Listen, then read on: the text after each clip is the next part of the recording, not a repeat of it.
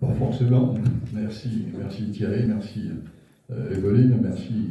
Je me joins aux remerciements qui ont été prononcés à la base de Gérard Clavé, maire de cette belle commune, dont j'entends souvent parler, parce que Gérard, je l'ai assez souvent au téléphone, bon, en qualité de maire, mais surtout aussi en qualité de président de l'Assemblée des maires ruraux, et puis aussi, une fois à titre personnel, bon, quelqu'un que j'ai plaisir à entendre et à venir saluer ici dans ta commune.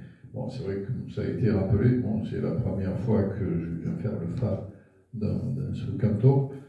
Bon, c'était l'habitude de José Marthe depuis très longtemps, avec Adeline Ayala dans les dernières années, de faire le phare bon, totalement indépendamment.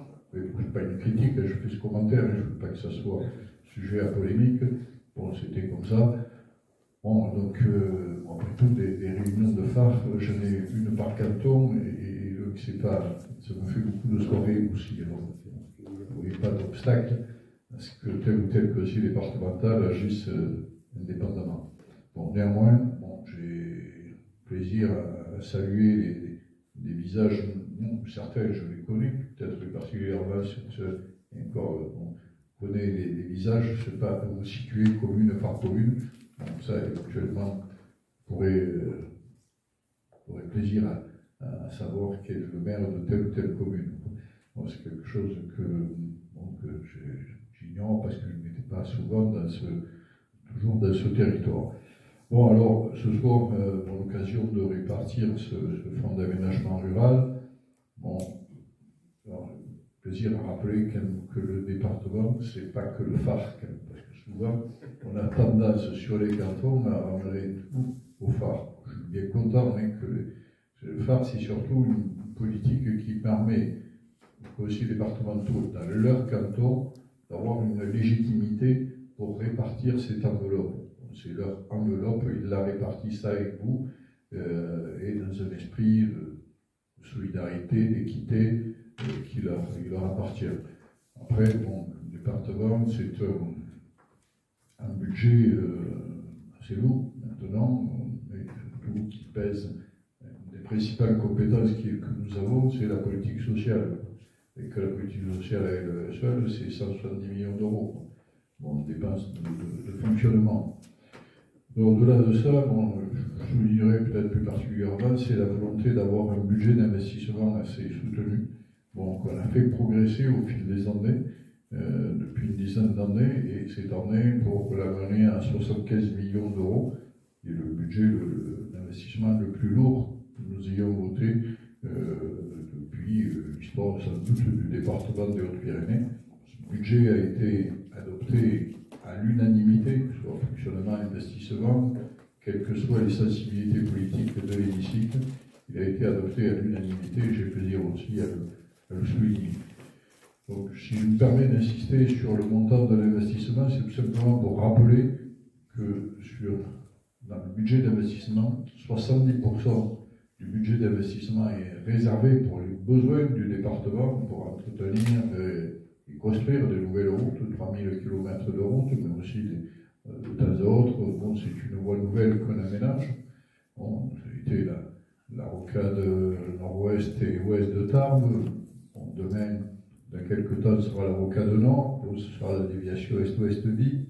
Ça a été la déviation de Vic, la déviation de Beaubourguet. Bon, des aménagements sur la 929 qui relie l'Almezan vers la Vallée d'Or et le tunnel. Et je ne vais pas énumérer, bien sûr, tous les chantiers, toutes les routes de montagne.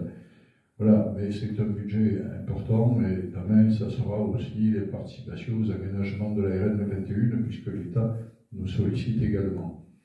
Donc, voilà, une grande partie du budget va sur les routes, une grande partie aussi va sur les besoins du département pour les bâtiments. Bon, parce qu'on a fait énormément d'efforts pendant les dernières années en matière de rénovation du bâtiment, la rénovation de l'hôtel du département, l'hôtel du Prado à côté, tout ce qui est l'ancien collège Victor Hugo pour le social, aujourd'hui la place Ferrée, la maison départementale de la solidarité et les routes à Bagnères, de nombreux centres d'exploitation, la maison départementale de l'enfance et de la famille sur la ZAC de Lormeau, et j'en oublie sans doute beaucoup d'autres, mais on a fait des efforts importants sur tout ce qui est la rénovation du bâtiment, puis les collèges, toute la partie aussi thermique, isolation sur les collèges, voilà, des travaux lourds. Donc 30% de ces 75 millions d'euros sont réservés plus pour l'accompagnement au développement local en général. Et donc le phare est un des éléments, il représente 7,5 millions d'euros, mais il n'y a pas que le phare, il y a ce qu'on appelle les appels à projets de développement territorial. C'est-à-dire, bon, quand vous avez un projet d'une certaine ampleur qui vise un complexe sportif, culturel, un aménagement de cœur de village, mais pas que de bitume, il faut qu'il y ait quand même un certain nombre de critères qui répondent à ces appels à projets. Nous portons aussi des aides, nous consacrons une enveloppe cette année qui était de 2,9 millions, nous l'avons portée à 3,8 millions, on a augmenté de 900 000 euros. Bon, et puis il y a aussi le fonds tourisme qui est autour de 2,1 millions, c'est ça, 2,1 millions, je crois, oui, sur lequel vous êtes tous éligibles. Parce que là, trop souvent tendance à considérer que le fonds tourisme c'est que la partie montagneuse, je l'ai rappelé encore hier au soir, aux communes où j'étais sur le Val d'Adour, je dis attention, le tourisme, il couvre tout le département. Bon, chaque territoire de montagne a un positionnement sur les 7 territoires de montagne, mais nous avons créé aussi un pôle tourisme sur les coteaux, avec un positionnement spécifique aux coteaux, un pôle touristique sur la vallée de l'Adour, un pôle touristique spécifique aussi pour l'Aude, qui n'existait pas. Donc voilà, j'ai plaisir aussi à souligner tous ces aspects-là. Et au-delà de ça, après, bon, il y a les programmes eau, assainissement, il y a le fonds d'urgence routier et intempéries, il y a le fonds pour les écoles, il y a la redevance communale des mines, il y a les amendes de police, il y a le fonds de péréquation de la taxe professionnelle. Ça, c'est autant de lignes budgétaires, autant d'aides que le département vous apporte sur le territoire. Il y a le fonds, le FAC, c'est ce qui vous permet à vous, conseillers départementaux, dans l'esprit du phare, mais pour accompagner plutôt des initiatives en matière d'animation, d'apporter 1 000 euros à telle ou telle manifestation dans le village que votre choix. Bon, voilà, c'est une petite enveloppe dont dispose chaque conseiller départemental. Bon, voilà, la volonté du département, c'est d'être au plus près des communes, d'être un accompagnateur, un facilitateur pour les communes, d'être réactif. Vous déposez demain, vous faites vos travaux ici, que vous avez, même s'ils sont commencés, il n'y a pas de problème, dans la mesure où vous aurez une facture de travaux que vous présenterez, la subvention vous sera payée dans les 8 jours. Hein. On a, de ce point de vue-là, une réactivité que l'on peut revendique fortement, c'est la volonté d'être rapide et efficace. Bon voilà, le département est là pour vous aider, pour vous accompagner, il n'est pas là pour vous chercher des entraves, au contraire. Moi, je m'en réjouis chaque fois qu'il y a des projets qui sortent sur les territoires, d'être accompagnateur et de faciliter la création d'embellissements, de richesses nouvelles. D'abord parce que c'est du travail pour les entreprises et c'est important. Plaisir aussi à le souligner, c'est un paramètre qui n'est pas neutre. Bon, quand on donne ce soir ici 187 000 euros, on générera minima 500 000 euros de travaux sur le territoire, qui est important. Souvent, des fois aussi aux côtés de l'État, à travers de la DETR, aux côtés de la région, sur certains dossiers. Voilà, c'est d'avoir un levier qui permette de donner du travail aux entreprises. Parce que plus on donne du travail aux entreprises, plus on travaille dans l'air du temps, plus on crée de la richesse et mieux se porte le pays. Bon, vous pouvez revenir peut-être, si vous souhaitez, un peu plus longuement dans tout ce qui est aussi la politique sociale du département, même si ce n'est pas le domaine que je maîtrise le mieux, mais enfin, bon, je suis obligé de vous l'approprier aussi, ça fait partie du choix, en fait, des compétences du département.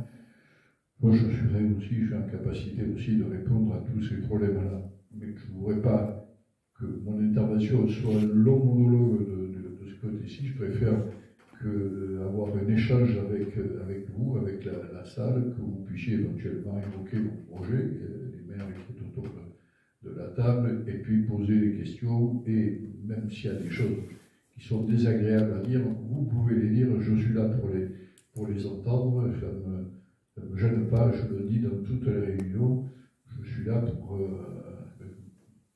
plaisir de constater qu'il n'y a pas beaucoup de récriminations, mais c'est aussi bien comme ça, mais s'il y en a, n'hésitez pas à les faire remonter, je suis là pour les entendre également. En tous les cas, une fois encore, je vous redis le plaisir que j'ai d'être ce soir ici à l'Artresse pour le phare de Lourdes 1. Je suis avec Claude Lafonta, je le souligne parce que Claude c'est comme moi, c'est la première fois qu'elle vient.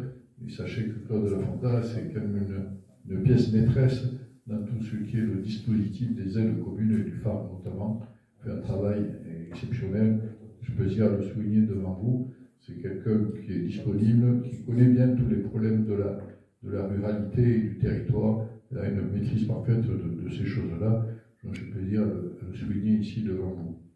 À côté de moi, j'ai aussi Anaïs Nadarou qui nous a rejoint il y a quelques mois, travaille dans mon cabinet, qui est là aussi pour écouter et prendre note des choses sur lesquelles vous seriez amenés à discuter. Un sujet que j'évoque rapidement, et ensuite je préfère vous donner la parole, c'est le déploiement de la fibre sur le département. Plaisir quand même à souligner que ce département a un temps d'avance par rapport à beaucoup d'autres départements, que dans la région Occitanie, sur les secteurs, les départements ruraux, c'est le département qui est le plus à l'avance par le déploiement de la fibre. En termes de contrat que j'ai négocié il y a quelques 4 ans, 2017 et 2018, qui est assez exceptionnel et inédit, puisque c'est le seul contrat en France avec le territoire de Belfort à bénéficier du déploiement de la fibre sur fonds privés d'Orange à 100% sur fonds privés d'Orange. Ça veut dire que si on avait dû faire comme les départements voisins, des Pyrénées-Atlantiques, du Gers, de l'Ariège, de la Haute-Garonne, déployer la fibre dans le cadre de syndicats mixtes comme eux l'ont fait, parce qu'ils n'ont pas bénéficié du même type de contrat que nous, mais on vous aurait sollicité au niveau des communautés de communes pour participer au minimum à hauteur de 30%, et le département aurait dû mettre les 70% qui est de la différence. Bon, ce qui veut dire que vous rappelez que la fibre dans le département, c'est 177 000 prises. À raison de 2 000 € la prise, ça fait 350 millions d'investissements sur le département. Alors, il y a une partie, bien sûr, qui est financée automatiquement par Orange sur les villes, sur Tarbes et Lourdes et quelques sites urbains, mais sur les zones rurales, sur tout le reste des communes, ça, inévitablement, ça n'a jamais été fait par Orange. Ça se fait chez nous.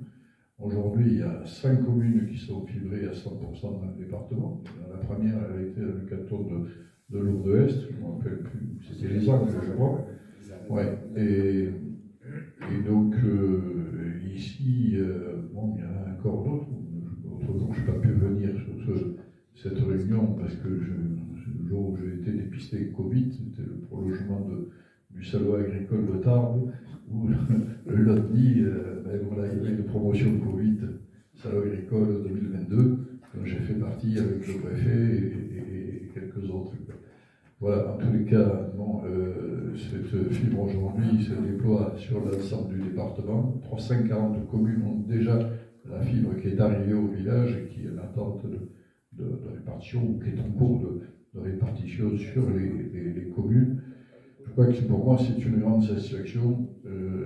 Ça fait partie des choses qui m'ont amené à dire bon, je fais un mandat de plus au département, même si j'étais pour moi à l'heure de la retraite, aurait dû sonner.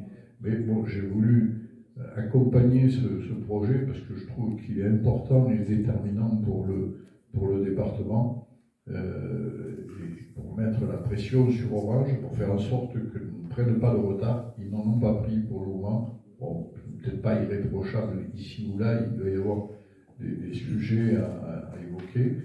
Mais en tous les cas, je crois que c'est une belle affaire pour le département. Parce qu'il n'y avait pas eu cette prise en charge par branche, ce soir, on ne serait sans doute pas là en train de répartir le phare, parce que l'enveloppe du phare aurait sans doute servi à participer au déploiement de la fibre à travers le territoire départemental. Voilà, c'est une